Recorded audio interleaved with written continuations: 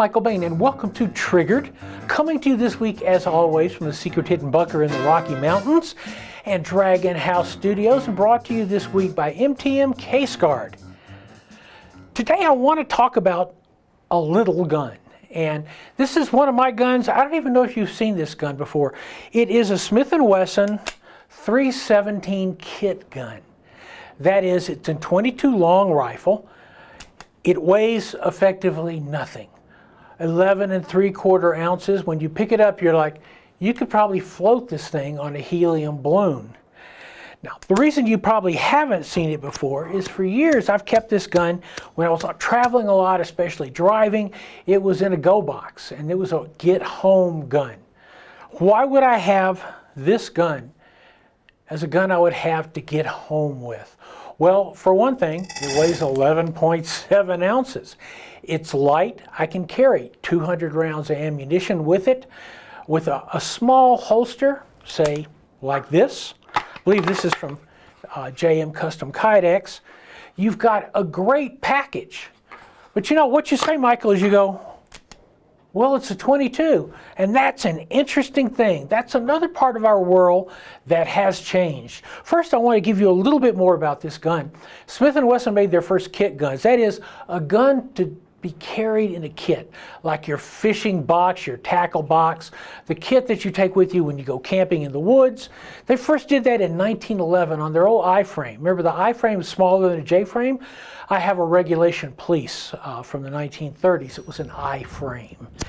And from the beginning, it was a huge success. Eventually, Smith & Wesson went to their J-frame, which is still what this is, a J-frame, an ultralight J-frame. But over the years, since 1911, there has been a steady demand for what you might think of as a carry-it-anywhere .22 revolver. Let me tell you what's changed, and I think this is absolutely fascinating. For the first time, really, you're starting to see .22 being taken seriously as a potential self-defense cartridge. And that's being driven by really brilliant instructors like Daryl Bolke, like Chuck Haggard, like Greg Ellifritz, like Michael de Bethencourt. These are great instructors. They've been looking at these guns and saying, .22 has never been given its due as a self-defense cartridge. One thing that's really changing that are these. Federal Punch .22 ammunition. We'll talk about that when we get back. This week's Triggered is brought to you by Taurus USA. Always ready, always bring it.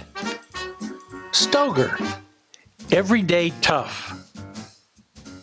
SDS Imports, Thesis. Thesis means quality. Hunter's HD Gold. They change so you don't have to. And MTM Case Guard. Quality shooting sports accessories. Why are these little guns being taken seriously as self-defense guns? Well, as I said, ammunition changes. Federal and their .22 punch ammunition. This ammunition has been tested by everybody on Earth. And you know what it does? It penetrates. It will punch between 12 inches, 17 inches into a person, quite frankly, which is the minimum criteria as defined by the FBI. You also have Winchester Silvertip, specific .22 long rifle self-defense ammunition. A lot of us for years, when I carried this gun in the woods, I would carry it with CCI mini mags, hot ammunition. But again, it's a hollow point. It's designed as a small game ammunition. But if we go back to, say, I think 2010, 2011, Greg Ellifritz did a groundbreaking study on people who were shot and how many shots it took to incapacitate them. And essentially, the net of Greg's study is that it's the number of holes in a person not being shot with a magic bullet that causes them to stop. The first time I read Greg Ellifritz's study, I called my mentor, my dear friend Walt Roush, Army Intelligence, Secret Service Presidential Protection, Federal High-Risk Felony Squad in Philadelphia. Been there, done that. A man who carried a .38 snubby with him everywhere his entire life. And I said, what do you think of this data? And Walt said, He's absolutely right. Nobody wants to leak. Walt said, my experience has been somewhere about the third leak. People really don't like that. Second point, if the number of rounds that you get into an aggressor, into an assailant, is a defining point, then it's very important that you be able to deliver those rounds. Can you deliver those rounds with a 357 snubby? Sure you can. But if you've got old arthritic hands, if you've got kind of weakness in your hands, or if you need a really deep cover gun, maybe something like this Ruger 22 LCR is the gun for you, because it's going to allow you to deliver those shots, but it's going to allow you to do so much quickly. 8 shots of 22, 8 shots of 22. Small Taurus revolver, same thing, 8-shot revolvers. Charter Arms, 22 revolvers. The reason that they're being given their dues right now is because it may be a wise choice for you. Go back 5 years, people say, you're carrying a 22, you must be stupid. Now it's almost like, you're carrying a 22, you must know what you're doing. But remember, ammunition choice, as it is in so many things, is critical. We'll be right back.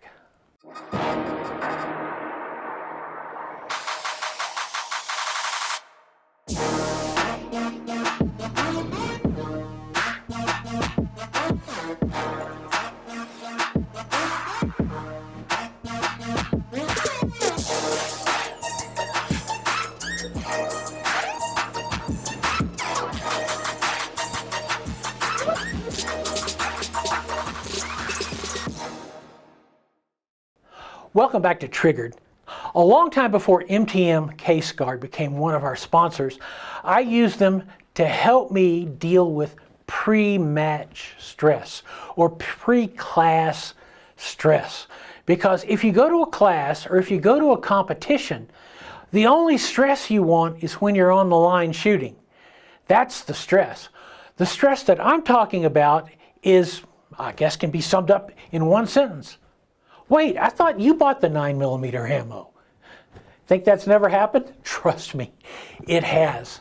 So when I go to a class, when I go to a competition, one of the things I want to do is make it easy for me. And these MTM boxes have done exactly that. Essentially, these boxes are tailored. They're not just empty 30 cal boxes. They have styrofoam cut in them for magazines. This one carries 45 ACP Glock magazines from when I was shooting heavy metal. Had to shoot a 45, shot a 45 Glock. So I kept my 45 magazines in here. In this case, I actually loaded 45 magazines. A magazine loader. When I went to the line, I knew that I had a box of loaded magazines. So I would not slow down my other shooters. I wouldn't slow down the match. Same thing goes for a competition. I set this box up. This is 9mm Glock or 9mm double stack magazine. I set this box up for a class with my dear friend Rob Latham. Now, I was shooting a Glock 19 built by Bill Wilson, and one of the last things you want to do in a class, I can safely say especially a class with Rob Latham, is you don't want to fumble around up there when it's your turn to shoot. So once again, I had loaded magazines. I put my loaded magazines in the box. I chose my essentially competition magazines. Why? We all have magazines that we've set off to the side, that we practice with, that we train with, that we loan to our irresponsible brother-in-law who always loses them. And that's because we don't trust them. Match magazines, self-defense magazines, those are magazines that we do trust. So I had here all loaded Glock magazines. I also kept in the box a cover of the factory ammunition I was using, which was Black Hills remanufactured 9mm. Also, lots of batteries from my red dot sight. You know what? I'll never need this many batteries. On the other hand, they don't take up a lot of space. Also, I always have with me a loader because I may have to reload a magazine on the line. It may be a drill that requires me to download a magazine. So you can use MTM products to de-stress yourself for the match, for the class. It's good stuff. I'm Michael Bain. This is Triggered. You can find us on michaelbain.tv, where we're always free. Triggered is one of the great resources to have available to you on the internet. You can also find us on YouTube. You can find us on Rumble. And now you can also find us on Twitter. So, we'll see you next week.